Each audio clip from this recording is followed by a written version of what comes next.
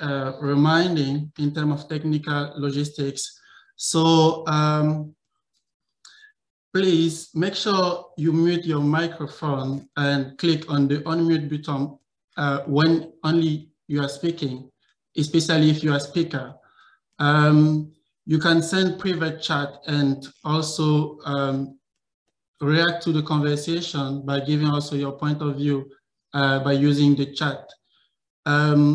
We would like you also to raise, maybe to use the raise button, the raise hand, in case you would like to take the word.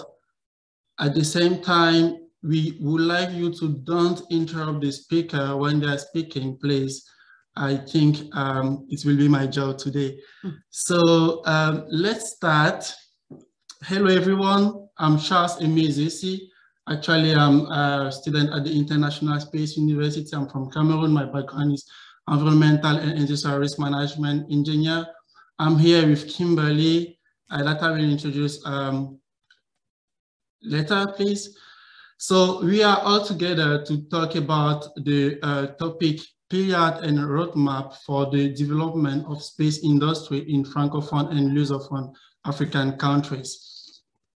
Indeed, a large number of initiatives, such as the African Space Agency, the Africa Space Strategy, TISA 2024, and the Africa Union Agenda 2063, remained, however, diluted kind of by the backwardness of the French-speaking and Portuguese-speaking African countries. This is justified by the low level of project, initiative, investment, and entrepreneurship in these regions. This panel will be both moderated in French and in English. Le spatial est cependant crucial pour les enjeux de sécurité, agriculture intensive, mais aussi de gestion des ressources naturelles, de l'eau, des forêts, et la gestion des catastrophes naturelles. Cela peut s'étendre sur la gestion durable des infrastructures de transport maritime et aérienne. C'est aussi également un instrument stratégique en termes de dépendance lorsqu'on parle d'accès à Internet, par exemple, d'industrie du digital, de la gestion des systèmes de télécommunication, d'observation de la Terre et de navigation. Ainsi donc, les interventions de ce panel contribueront à fournir des ingrédients pour une feuille de route optimiste et durable. So, coming back to English, I would like to introduce the first speaker. Let's remember that I will introduce each speaker prior to the intervention properly. However, I'm happy to share with you the various speakers who will intervene during this panel. We will have Dimitra Stefoudi from Leiden University. We will also have Veronica Seso from United Nations Office of Outer Space Affairs. We are super happy to also have Monique Lagout from Eureka Geo in Cameroon. Also Kimberly Sorge with me here from the International Space University, and Dr. Tomasini Linda from CNES, that is the Centre National d'Études Spatiales. Without losing more time, I would like to welcome Mrs. Veronica Seso. She's Associate Program Officer at the Office of the Director of the United Nations Office of Outer Space Affairs. In her role, Veronica is leading UNOSA's space economy, space sustainability, space for youth, and space for women project, as well as supporting program management and partnership development. Before joining the United Nations in Vienna, Veronica worked as policy officer at the European Commission, Directorate General for Research and Innovation, focusing on the development of the European open labor market for research. Prior to the European Commission, Veronica also worked as in advocacy and campaigning in the NGOs sectors in London and Brussels. She hold a master's degree in international public policy from University of London and a master's degree in European Studies from University Libre de Bruxelles. So, Veronica, say so, please, you have the floor. Hi, hello everyone. Can you hear me well? Yes, we can hear you clearly. Thank you so much. Perfect. Thank you very much for the introduction, and allow me first to thank you very much for the invitation to participate to this event, and congratulations for all the sessions that you put together. Let me share my screen so that I can go ahead with the presentation. So that should be it.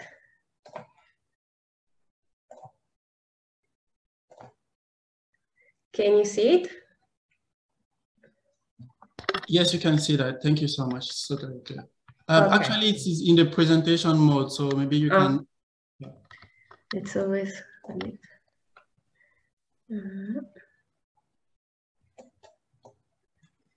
Let me do this.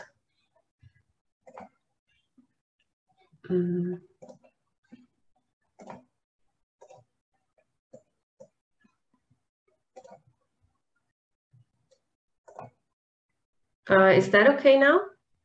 Or still? Still, we can see like both the topic and the, like two screens. Oh, it's okay now. It's okay now. Okay, perfect. Thank you so much. So I would like to talk to you about the space economy a bit more, given that the panel is focusing on the space industry. I will talk generally about the space economy. Wow, that was fast. Generally speak about the space economy.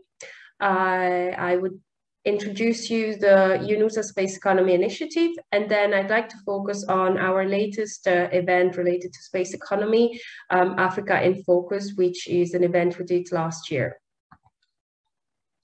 Well, I click only once, but it always goes twice. So what is the space economy? There is this definition by OECD that defines it as the full range of activities and the use of resources that create value and benefits to human beings in the course of exploring, researching, understanding, managing, and utilizing space. The space economy really goes beyond an exclusive focus on technology and science and touches upon many different sectors, agriculture, transport, like the one that were mentioned before. In terms of value, the approximate value of the global space economy is more than $430 billion, and it is expected to grow to a 3 trillion industry by 2050. So there is a huge growth and a huge potential. And when looking specifically at Africa, according to Space in Africa statistic, the projected growth of the space economy in Africa by 2024 is more than 10 billion. And right now, the space economy, the value, like 80% of the space economy value in Africa is derived from satellite television. So what is the Space Economy Initiative? UNUSA launched in 2020 this new project as a multi-stakeholder platform with the purpose of strengthening the economies of emerging and non-spacefaring nations. And it has 3 objectives mainly. So first of all, to increase global awareness and understanding of how the space industry, the space sector can support socio-economic development and the achievement of the Sustainable Development Goals. The second objective is to support countries scale up growth to deliver strong and sustainable space economies. And then as a third objective is to enhance cooperation across the space sector, so including public, private stakeholders, to make sure that we foster an inclusive growth. In terms of activities, as I was saying before, we launched this initiative in 2020, and from June to September 2020, we held 7 awareness-raising virtual events that focused on key building blocks of the space economy. So, for instance, starting with an introduction to the space economy, how to scale up from a startup phase, access to funding, cooperation between academia, the government, and the industry. You can find all of the recordings and the report on our website. And then last year, we wanted to focus more at regional level. And so in June 2021, we held a conference, a virtual conference on space economy, focusing specifically in Africa. And I would like to briefly mention what was, the result of that. You see, it just goes twice. I would like to focus on what were the outcomes of this presentation of this conference. So we had these 12 experts coming from the private sector, and we really focused on understanding the commercial space sector and also trying to see what are the way forwards, what are the lessons learned.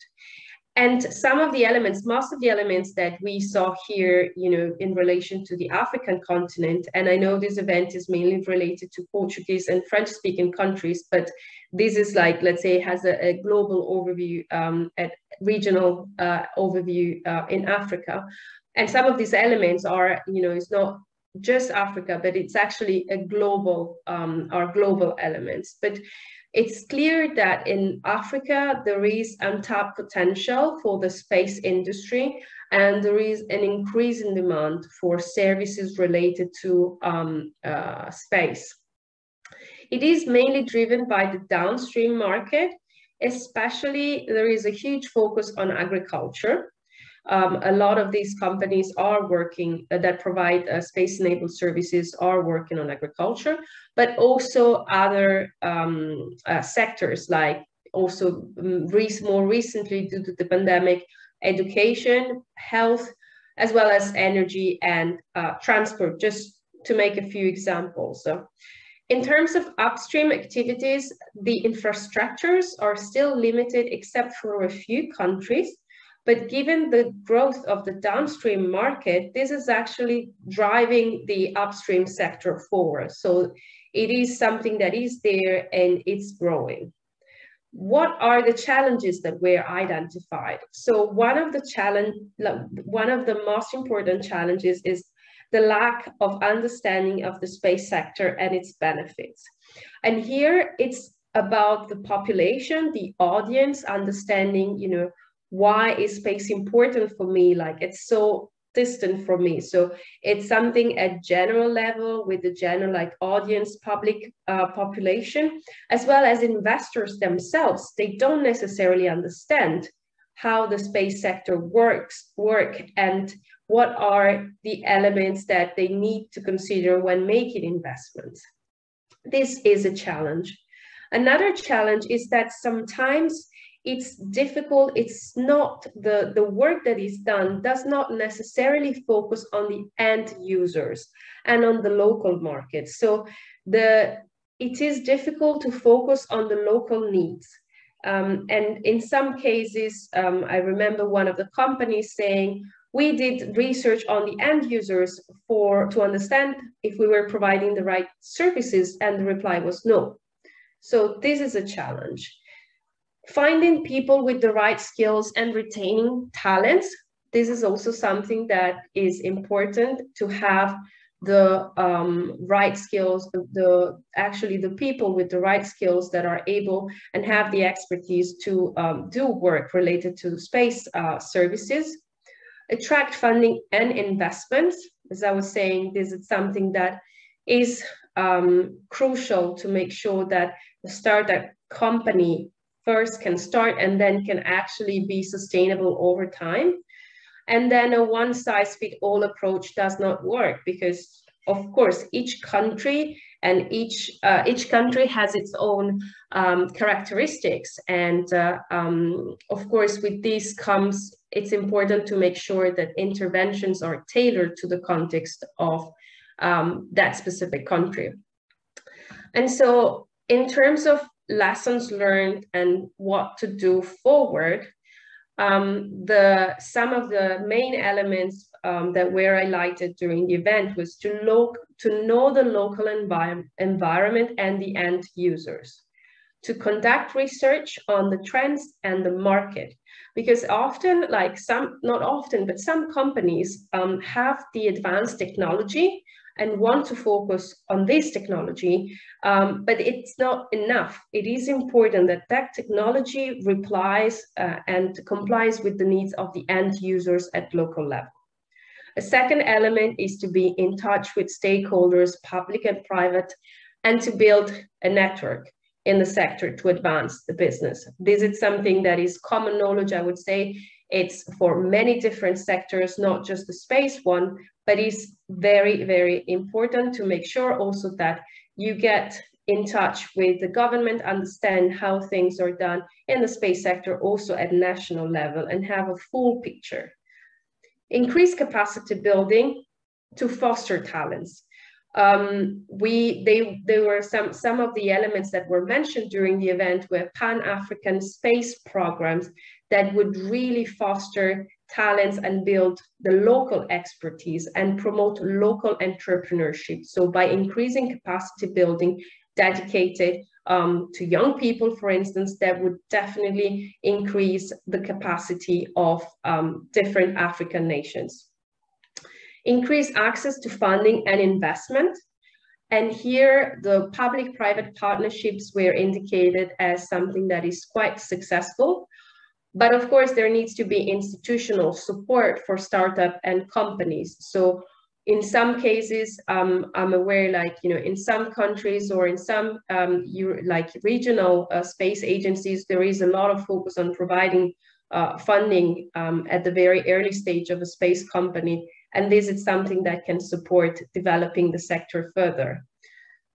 One other element that was absolutely mentioned by all the speakers was coordinate and create synergies at regional level and really enhance the cooperation among African countries.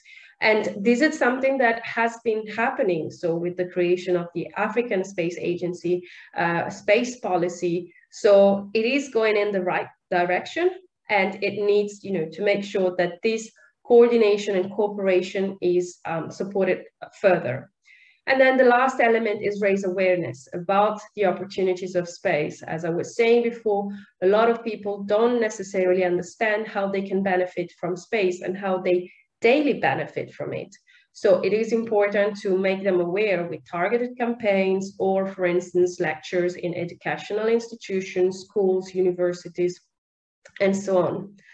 And so these are some of the elements that came up when discussing more specifically the African context, but a lot of them are applicable more generally at global level.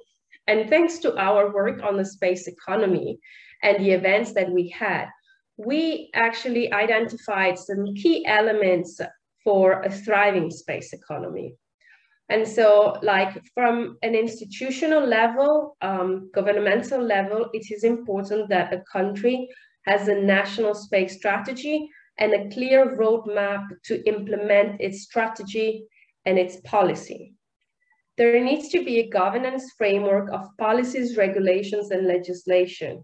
So there needs to be really the framework, the environment that is fit for purpose for companies and, of course, other institutions as well to conduct space activities. And as I was saying, access to finance is paramount.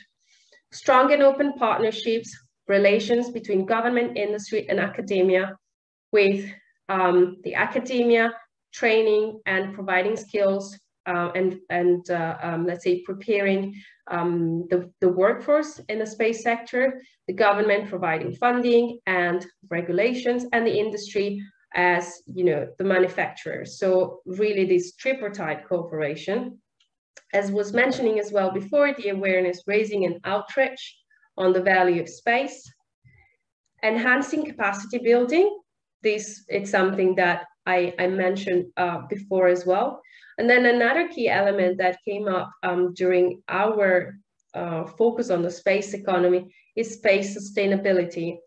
With an increasing amount of activities taking place in outer space, more companies and more actors involved in the sector, the orbits are getting full, if we can say so. And it is important that we conduct all space activities in a sustainable way. So following, for instance, the international legislation, and making sure that whatever are the type of activities that we do, we have to make sure that we can have space for our future generations as well, that we don't jeopardize the use of space for the future generation as well. And wow, that was fast. I don't understand what's happening. And I wanted to put to focus also, not focus, but just mention these events. We published 2 outcome reports.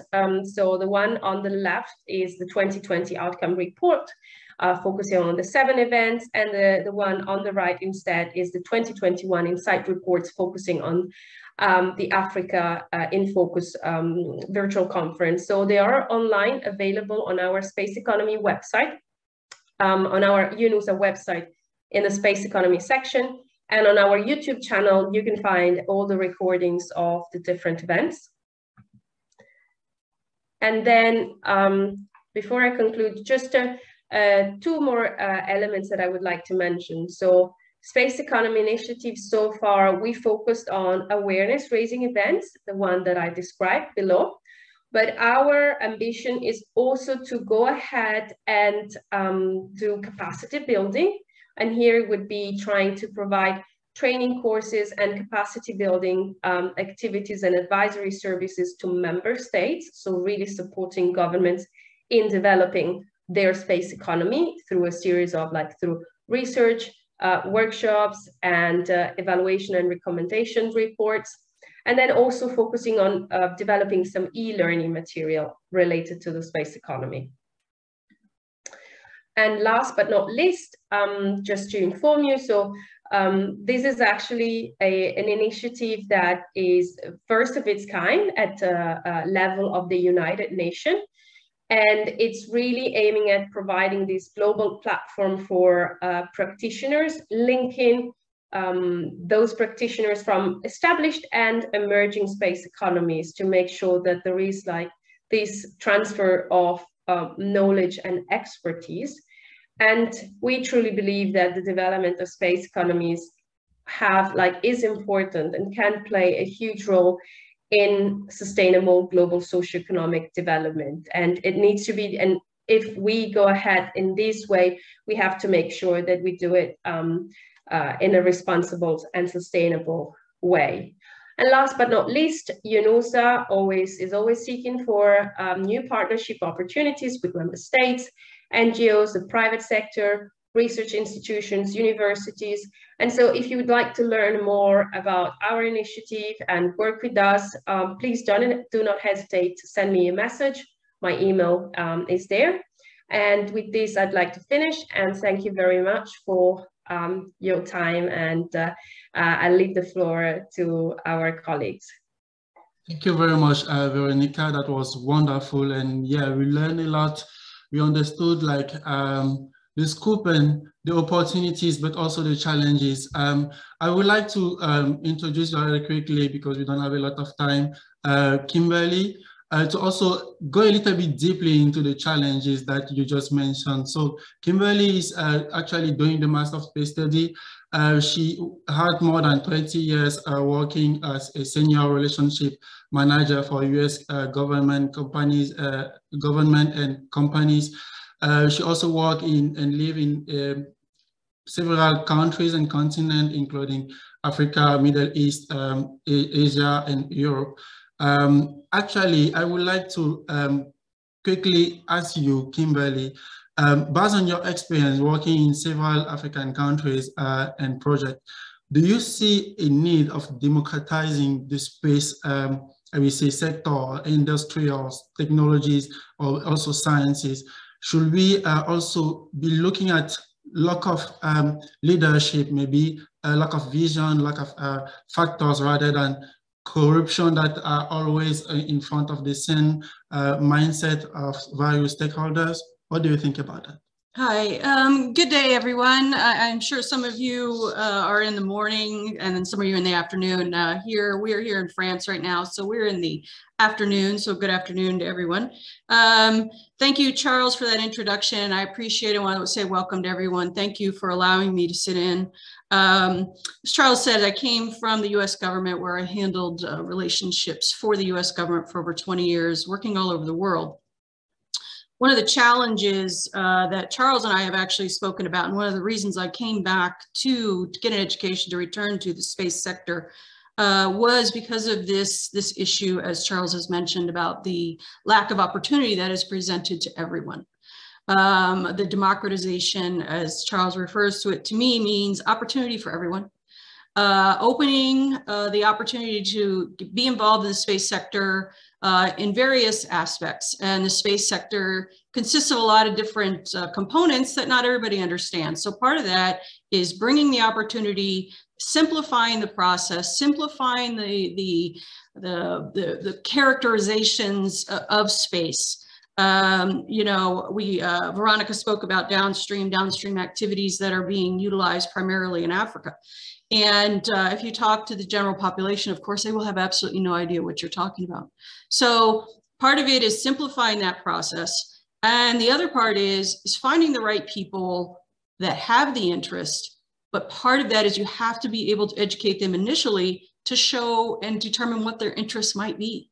There's several different aspects of space that are not really relevant or obvious to the regular guy that's using his cell phone or the gal that's using her phone every day. And part of that is what services support that phone or the apps on their phone, or whether they're using the computer and what they're actually benefiting from. So there's a lot of different aspects of space. Space is not just people going to the moon. Right? So, and a lot of people don't understand that. So if you ask most people, they would say, oh, it's about people going into space or going to the moon. That's not all that space is. And so part of this is, I think it's the responsibility of people, the stakeholders and governments actually, that have to educate their people and motivate people to become active in space. And look where they're going. I think Africa has a unique opportunity. As I say, timing is everything. So as African Space Agency, which is starting to grow, I think this is a perfect time to start growing a capable workforce. Charles and I have had several discussions about how you do that. And Veronica mentioned several in hers about capacity building, educating people. What I would say is people actually need to have opportunity available to them. So whether it be receiving an education in country, whether we're using virtual opportunities for learning, or having them export it out, I would say export your talent, have people leave, provide opportunity for them to learn about space and to bring that knowledge home, whether it be they start their own companies, they work in academics, or there's some partnership there where they're exposing people to their opportunities, because people are interested in space, but they're interested in different things. Space is looking, sometimes it's up, looking down, and that's a service we use. Then there's the other aspect of space where we look up, whether it be science-based or, putting somebody on the moon or interstellar travel, right? There's so many fantastic things. A lot of these are portrayed in media, movies, and anything else, works of fiction. And I think it's important that we bring that home to people and let them understand the opportunities available to them, but there is some responsibility and there is accountability for those opportunities. You can't just say it's open to everyone and then only open it to a very handful of people. And that's a huge problem all over the world. It's an endemic problem. Yeah. And people have different capacity. We talk about, Veronica mentioned inclusiveness. And that's a huge part of this as well. And that is one of the reasons that, and I want to thank Charles for allowing me to speak on this, I'm very passionate about that. And I believe that Africa is in as a whole, that the timing is now. And I think it's a responsibility, and you can't wait. You know, it's Charles and I talk about this all the time. Space takes time and space is hard. You know, space doesn't happen overnight. Missions take many years to build, many years to plan. So we need to keep that in mind, that your younger people are the workforce of the future. They're the future. So you have to start building early. Yeah, definitely. Okay? Definitely. Thank you so much, Kim. Before we talk about like maybe technologies behind that are also really interesting, let's touch into the policy and law. I wanted to also welcome Monique Lagoud, but she's having some difficulties to join. I would like to ask the on-site guys and team and partner to handle another invitation to Monique Lagoud so that she can join. But let's move to policy and law, because we know sometimes it's the starting, sometimes it is late, sometimes it's complex, sometimes the things to know before starting everything. I would like to welcome right now our next speaker, Dimitra Stefudi. Dimitra is part of the International Institute of Air and Space Law of Leiden University and Johnson Faculty at the International Space University. Adjunct faculty. She's focused on research and teaching on space data policy, cybersecurity, and privacy in space activities. Also space resource governance, and she's actually writing her PhD on the legal and policy aspect of space big data with the support of the Netherlands Space Office and the European Space Agency. Dimitra participated often to international conferences and academic events and speak frequently about space law in public events as well. She's a member of the International Institute of Space Law, the European Center for Space Law, the Netherlands Space Society, and the advisory board of member of the Space Code Foundation. So without expanding, because this could be really expanded, the biography of Dimitra, I would like to ask the first question. Most French-speaking and Portuguese-speaking African countries have no national space law, no national space policy also, and some of them didn't or never ratify an international treaty. Why is it so important to talk about legislation and policy in the context of a roadmap, and what could be the starting point? Dimitra?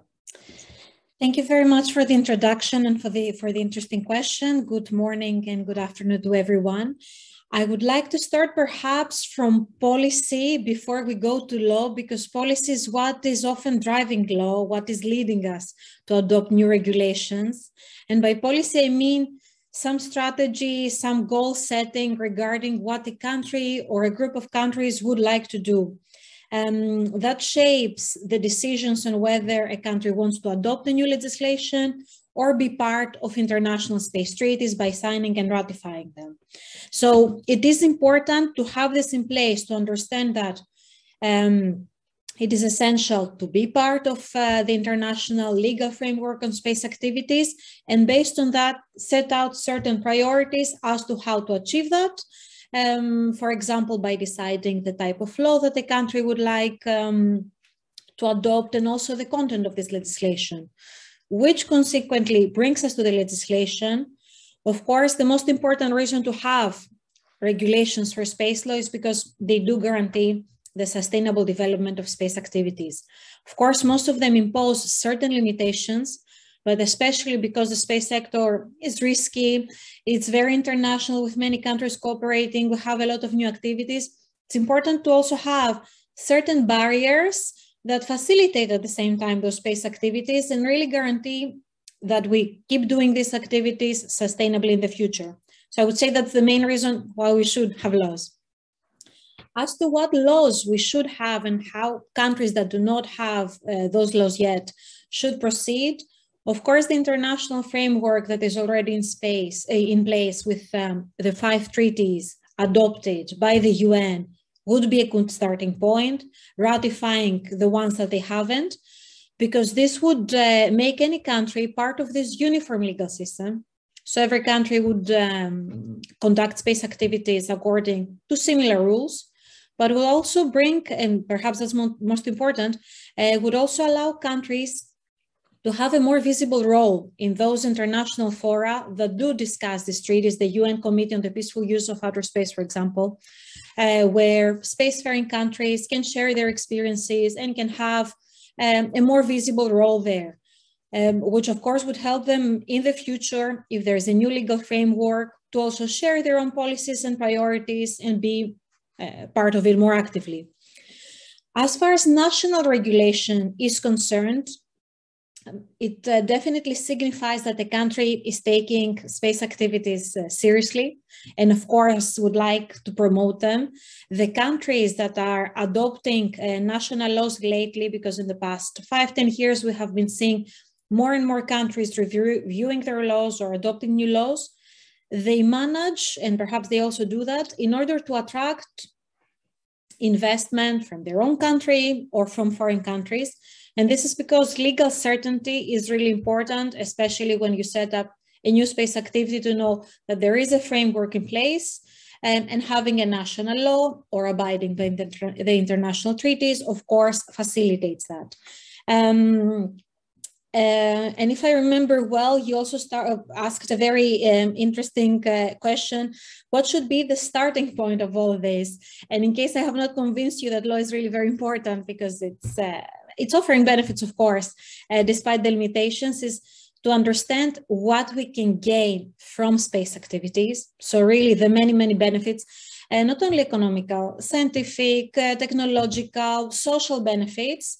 And once we have established that, then I think it's more easy for a country to promote a specific policy and decide what to do internationally and whether to adopt new laws or review existing laws on their national level.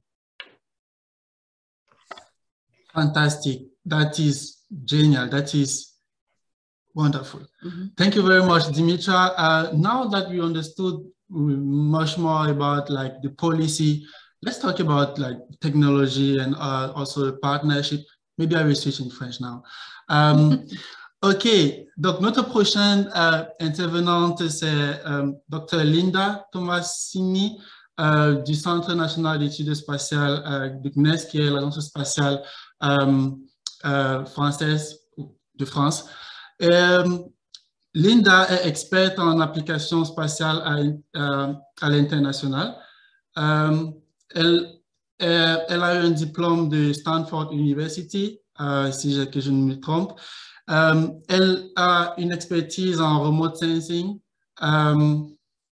un doctorat en intelligence artificielle et plus de 10 ans d'expérience dans la conduite des projets au niveau international, notamment en termes de remote sensing également, c'est-à-dire d'observation de la Terre. Actuellement, elle est en charge du renforcement des capacités, de la formation et de partenariat également, entre autres, avec le CNES. Et j'espère que je n'ai pas manqué beaucoup de points. Sinon, je vous prie, Dr. Linda, de compléter. Mais déjà, je vais introduire la première question qui me taraude de l'esprit. En tant que partenaire stratégique de l'écosystème spatial dans les pays africains, francophones et lusophones, quelles sont les opportunités actuelles de croissance exponentielle de l'industrie spatiale en Afrique, selon vous? Bonjour. Tout d'abord, merci beaucoup pour cette invitation à participer à cet événement. C'est un plaisir. Effectivement, le CNES, c'est l'Agence française de l'espace et les partenariats sont très importants pour le CNES. Aussi bien les partenariats avec les pays africains, mais également avec l'Union africaine, pour venir soutenir le déploiement de son agence spatiale qu'elle a décidé de créer il y a maintenant quelques temps. Mais aussi, il faut aussi mentionner les partenariats européens qui permettent aussi d'inscrire et de mettre en œuvre des actions multilatérales avec les autres partenaires européens engagés dans des programmes spatiaux, et en particulier, il faut mentionner les programmes européens spatiaux que sont le programme Copernicus d'observation de la Terre et le programme Galileo, qui offre vraiment des opportunités pour déployer des applications spatiales dans les territoires qui manquent d'observation in situ ou d'infrastructures, comme beaucoup de pays africains. Et donc, je voudrais insister sur le fait que ces programmes présentent vraiment une opportunité de faire des sauts technologiques pour les pays africains, parce que, comment dire, le fait qu'il y ait peu de concurrence de solutions terrestres déjà existantes dans les domaines de la gestion des risques, de l'agriculture, du développement urbain, cela crée une ouverture pour l'utilisation et le déploiement rapide de l'utilisation de ces technologies. Et c'est pourquoi, par exemple, en ce qui concerne le programme Galileo, le CNES a un partenariat avec l'Agence de sécurité de l'aviation civile en Afrique et à Madagascar, à SECNA. Le CNES aussi apporte un soutien à la maîtrise d'ouvrage du programme EGNOS en Afrique, dont il vise à avoir un système de positionnement précis à base de données Galileo pour les besoins de la sécurité aérienne, mais également pour des applications qui pourraient toucher l'agriculture, la robotique agricole et l'agriculture de précision. L'autre opportunité essentielle, c'est le programme Copernicus, donc qui est un programme de l'observation de la Terre développé par l'Agence spatiale européenne et financé par la Commission européenne.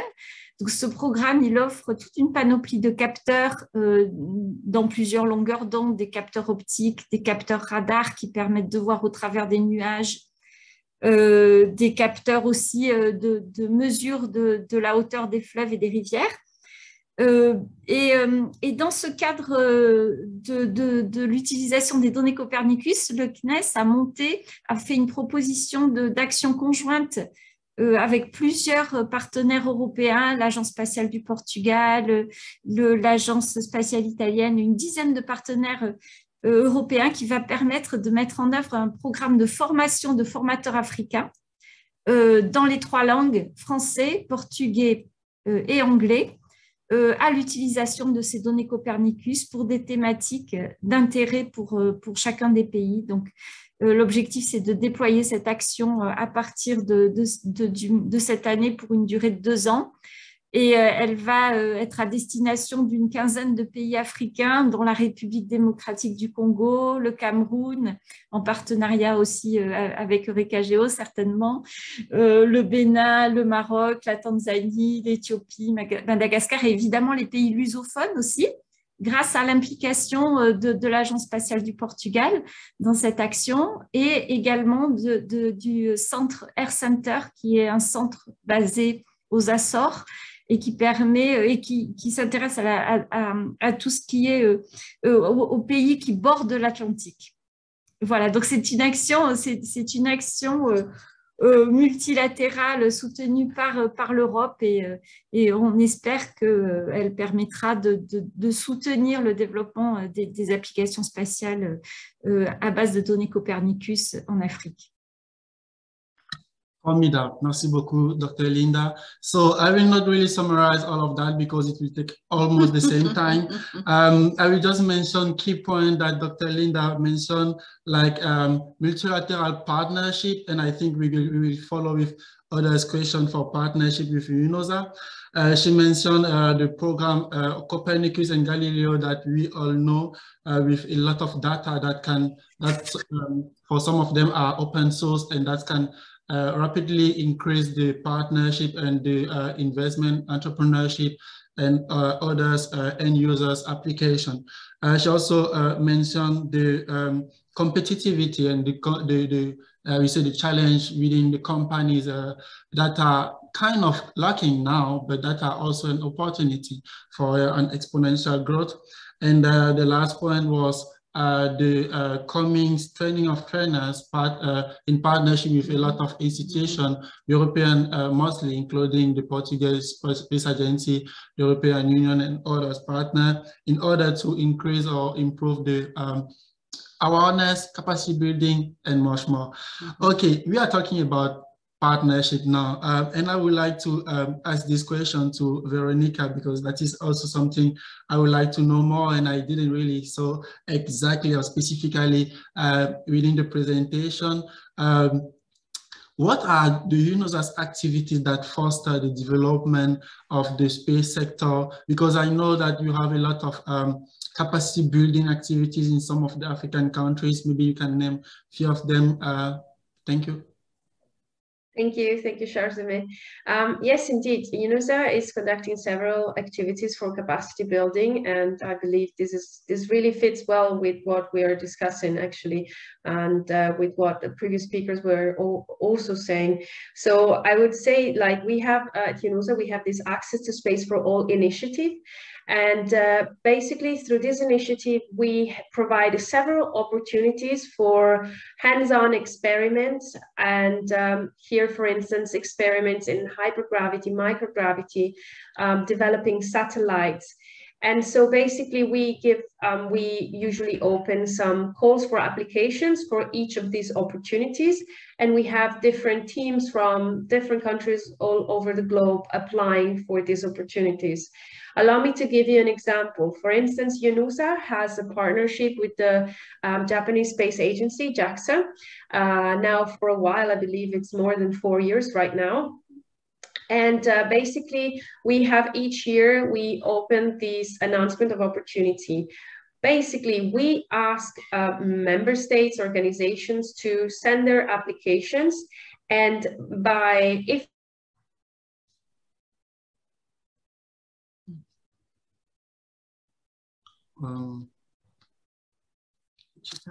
hello, Veronica, we could not hear you anymore.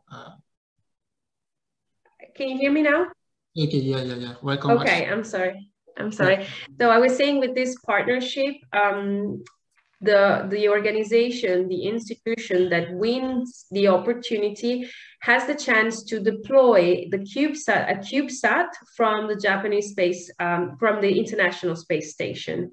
So for instance, in 2018, we had Kenya who won this opportunity, a research institution university in Kenya.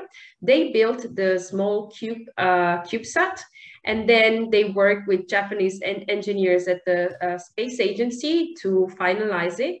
And then this CubeSat was then deployed from the International Space Station.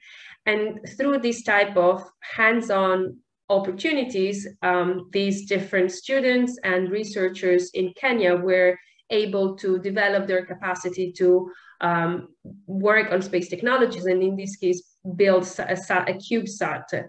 And this is just an example. So thanks to that opportunity, Kenya was able to launch its first ever satellite. And this happened in 2021 with Mauritius as well. And besides this specific satellite development opportunity, we have other partnership with other organizations, also private companies, giving the opportunity to countries to actually accommodate a payload in the rocket that is launched, and to make sure that, for instance, another satellite can be used to conduct experiments in outer space, or can be used, for instance, for climate change monitoring. But we also have opportunities related to hypergravity or microgravity experiments. So for instance, we select a group of students from a university, and they would be able to come. In this case, we have a partnership with the European Space Agency, and they would be able to conduct some gravity experiments at the European Space Agency Diameter Centrifuge Center. So all of these are really with the purpose of building the capacity and providing this hands-on training. I would advise, like, if some of the participants are interested, go to our Access to Space for All webpage, and you can see all the opportunities that we have. And then just a small connection to what Dimitri was saying related to space law and policy. All these opportunities and everything that is done in relation to outer space, it's important that we make sure that member states are developing their legal framework. And to support them, we also have a project that is called Space Law for New Space Actors. And so we also offer to member states some capacity building to kind of study to understand what are the missing elements in terms of legislation and how to develop further, also when it comes to space law. So this is an element that is connected, but you can find all the information on our website. Good, thank you so much. And you gave a shot to Dimitri. I will also follow that line. So the next question will be for you, Dimitri, because actually, the African Union has put in place and endorsed the Agenda 2063 and also the strategies TOD'AERS 2024 that help to promote and sustain the space sector in Africa. What are other international laws that are really important and that merit particular attention by large and medium and small space entities in Africa? Thank you for another interesting question. Of course, when it comes to any sort of regulation, the correct answer is always it depends. So it would depend on what kind of activities certain countries or group of countries would like to participate in. I would say that it's always very useful and important to be part of international aviation law frameworks, because a lot of space activities are connected to that, especially if we're talking about orbital flights and so on. Except from that, as was mentioned a couple of times already, I would once again like to stress the importance of signing and ratifying the UN space treaties, because they do regulate in quite some detail space activities. They do not require any more effort with coming up with a new regime, for example. But except from that, countries that do not yet have a regulation can learn from the experience of other countries that have been active perhaps for more years, as well as from the current development of the space sector, which requires looking into different types of activities and the impact of space activities. And I'm referring specifically to space debris mitigation guidelines and long-term sustainability of space activities guidelines, which are not regulations per se, but I would not like to take you into detail in that. However, they have been seen by spacefaring countries as important standards and principles to work with, and would certainly be important also for countries that are now starting their activities to take those into account, and when starting already from scratch to have those debris mitigation guidelines and long-term sustainability principles in mind. Looking more into the future, it may not only also be a matter of having a regulation, but having a legal framework for cooperating also among countries. I think that would be facilitating any sort of capacity building and cooperation that was previously mentioned as example for further development. And we're seeing for different sorts of activities around the world that countries are cooperating on the basis of different agreements, either on multilateral level, but also on something that's called minilateral level. So just 3 or 4 countries, depending on their own priorities and their own policies, just drafting up a cooperation agreement, joining their forces and moving forward. And finally, something that just came to my mind is that we're always thinking of the space sector as space activities, perhaps as a vacuum, but the more we develop it, the more everyday applications we see. For example, many applications in Earth observation in really many fields, other applications of GNSS and so on. So as far as new laws or legal discussions are concerned, countries that do not yet have a framework in place could consider also addressing issues such as export controls that are very prominent in the space sector, cybersecurity in space activities, Earth observation data policies, when drafting regulations for the future? Awesome. When you were speaking, I was thinking that if we don't deal with space, maybe space will deal with us, because I don't know, there are a lot of constraints, challenges, and opportunities behind, but at the same time, there are a lot of things that we need to know in order to not, I will say, underlie or be absorbed by all of that at the same time. The next question I would like to ask to Dr. Linda, for sure I will switch in French. Normally we had another speaker, Monique Lagotte, who had to set this, I will say, the scene, because by investing in African countries, by creating her startup, she had to face a lot of difficulties. And that was one of the main points, like to share the experience and to let us know how to deal with that kind of challenges. I don't know if she's online, but I think no. Hopefully she will join within the next few minutes. Okay, Dr. Linda, ma prochaine question pour vous, c'est de savoir, sur la base de certaines applications soutenues par le CNES, notamment entre autres l'observation de la Terre, les questions de développement durable, des télécommunications et autres. Quelles sont, je vais dire en fait, quelle est l'importance que vous entrevoyez de l'éducation, de la recherche et du développement, de l'investissement ou alors de l'industrie, des technologies pour une feuille de route viable et durable? Oui, merci pour cette question. Je pense que l'éducation, effectivement, c'est un pilier important. Et en fait, on peut s'intéresser aussi à la façon dont, même en Europe ou en France, on essaie de promouvoir l'utilisation du spatial pour le développement durable. Et effectivement, on rencontre des difficultés qui sont liées au manque de connaissances des utilisateurs qui pourraient bénéficier de ces technologies. Donc, par exemple, on a mis en place un programme de formation pour les utilisateurs des secteurs non spatiaux, donc qui vise à vraiment sensibiliser au potentiel, à l'utilisation, enfin sensibiliser ces acteurs au potentiel des technologies spatiales dans tous les domaines. Donc, on s'adresse aux décideurs, en fait. On essaie de développer les formations non seulement pour les techniciens, mais aussi pour les décideurs. En Afrique, je pense que le besoin sur le continent africain, c'est d'avoir une masse critique d'experts et d'ingénieurs. Donc, c'est pour ça qu'on a proposé cette action de formation de formateurs en espérant que derrière, il y aura un effet démultiplicateur. On essaie aussi de soutenir le développement de démonstrateurs parce qu'en fait, ce sont des projets innovants.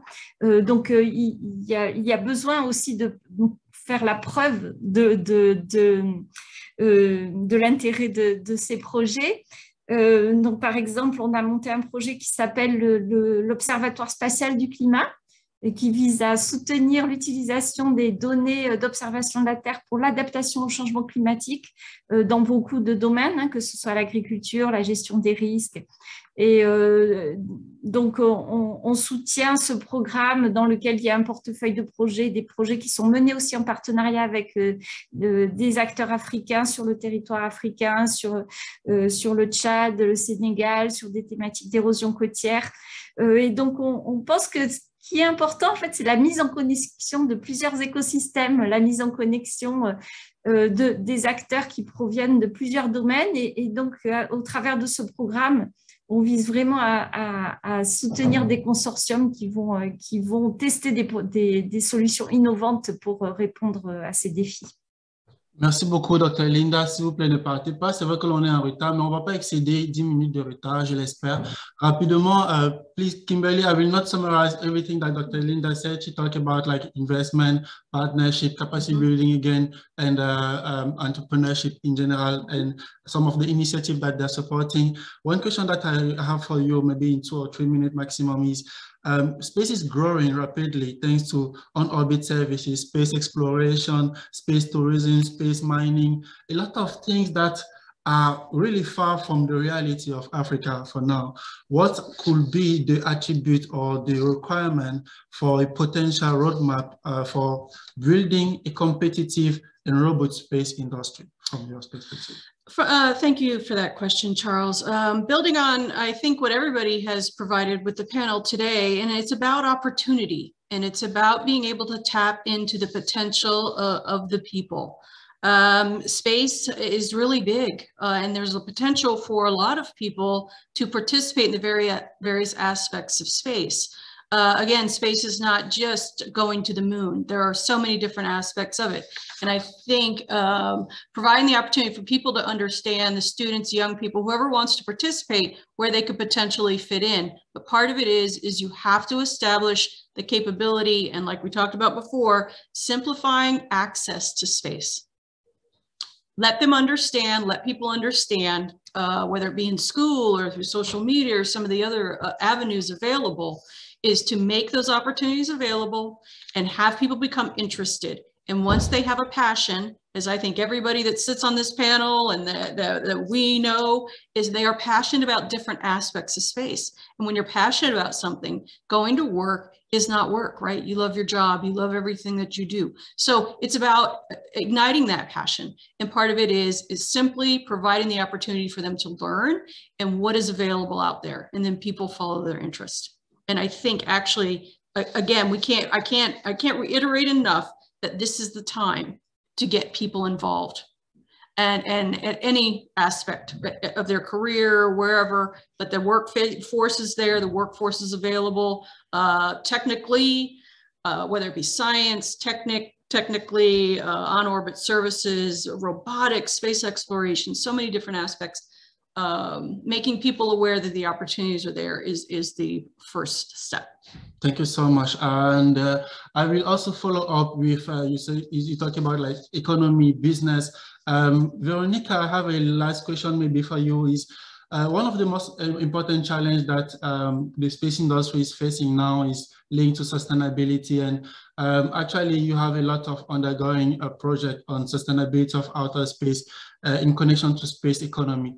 Could you a little bit develop this so that we can see how it can fit within the roadmap? Thank you. Thank you very much for your question.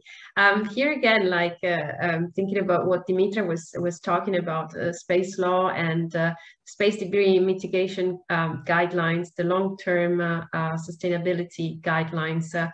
These are, well, I would say, the guidelines for the long-term sustainability of outer space affairs.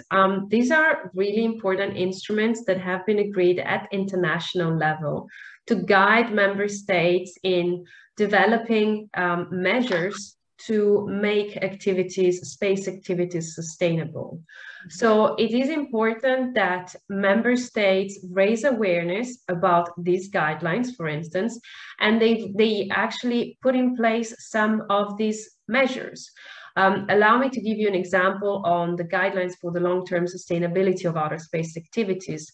At UNOSA, thanks to the support of the UK Space Agency, we recently conducted a study to understand the challenges that member states are facing in implementing these guidelines, to see what are some examples of practices and also understand where work is still needed. And it's impressive to see how member states are actually using these guidelines to act on sustainability. So making sure, like from a technological point of view, so more, like really the space technology, what is gonna be the lifespan of a satellite, for instance, as well as sustainability from a legislative point of view. So of course, you have to have the legislation in place. You should have a register where, like at national level, the objects that are launched into outer space are registered, and this should be notified to the United Nations. So there is this extensive document, these guidelines, where if a country wants to be more sustainable, there are a lot of measures that can be taken. And I believe that it's important that member states and all the space stakeholders in a country consult such guidelines so that they can be guided in the right way to be more sustainable. We have a project website that is dedicated to specifically this project, where there are infographics and the guidelines published in a user-friendly publication. So if you Google awareness raising and capacity building related to the implementation of the long-term sustainability, it's very long, I'm sorry. You'll find this out. And but again, yeah, I'll stop here because I know we're running out of time. Thank you, Charlemagne. Thank you very much. You talk about technology, and I would like to ask this last question to Dr. Linda too. Dr. Linda, j'aimerais savoir, en fait, nous aimerions savoir, on se dit, les technologies c'est super important, mais quelle est la place de la robotique aujourd'hui, de l'intelligence artificielle, du big data, du machine learning et les systèmes aérospatiaux dans l'établissement et l'implémentation d'une feuille de route innovante?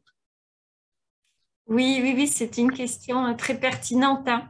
Les données d'observation de la Terre, ça représente un volume important, très important de données à traiter. Et donc, l'utilisation de technologies appropriées comme les technologies Big Data est absolument indispensable. Par ailleurs, ces données, elles regorgent d'informations, mais il faut savoir aussi les extraire. Donc, on peut extraire des informations sur l'humidité des sols, des informations sur le stress hydrique des plantes, des informations sur les îlots de chaleur en ville.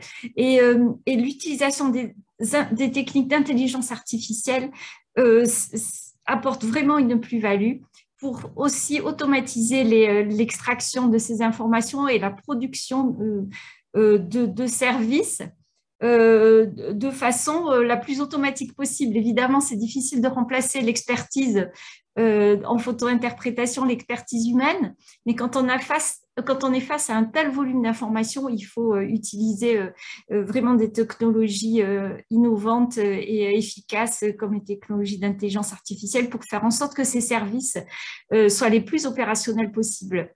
Et la robotique, je pense aussi dans le domaine de l'agriculture, de l'agriculture de précision, où on a des défis à relever sur la diminution des intrants, le désherbage automatique par les robots. Donc c'est aussi une aide précieuse qui, combinée avec les techniques de GNSS, de positionnement précis et les techniques d'observation de la Terre, permettront vraiment de faire des sauts technologiques et de répondre à ces enjeux d'agriculture durable.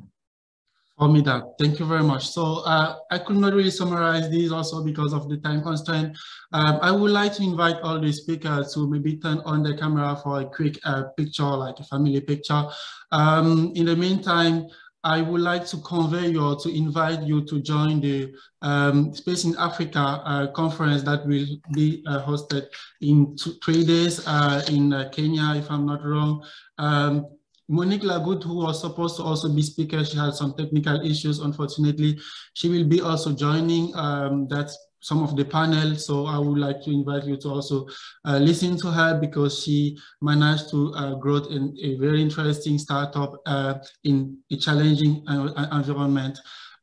So I would like to invite, j'aimerais aussi inviter, en français aussi, inviter les intervenants de ce jour afin de tourner votre caméra on pour que l'on puisse prendre une photo de famille rapide, et je vais demander à Manuel de s'en charger aussi. Ainsi qu'à l'équipe sur le site au Congo. So I would like to, I hope they are actually taking the picture, the family picture. I could not do that from here. So, but in the meantime, I would like to thank you all the participants, all the speakers, Dr.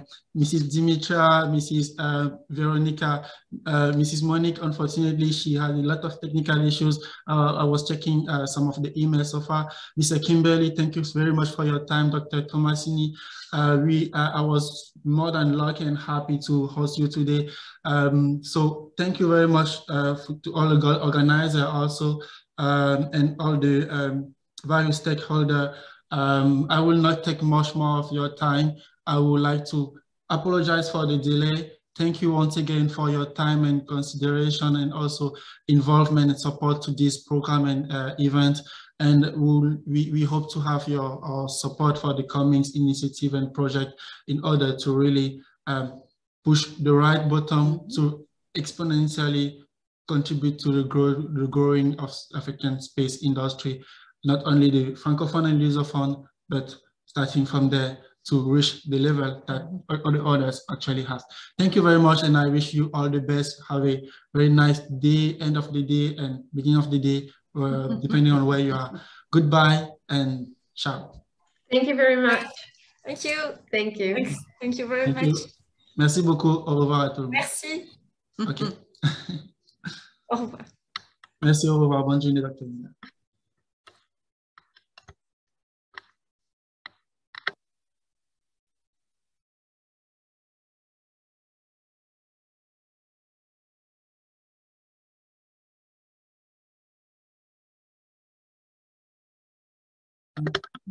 Oui, Manuel? Yes, Manuel? OK. Oui, allô? Désolé. Oui? Hello? Yeah, I saw your hand up. Yeah, sorry. It's a mistake. Okay, goodbye, and Bye-bye. have a good continuity of the event on site. Thank you so much.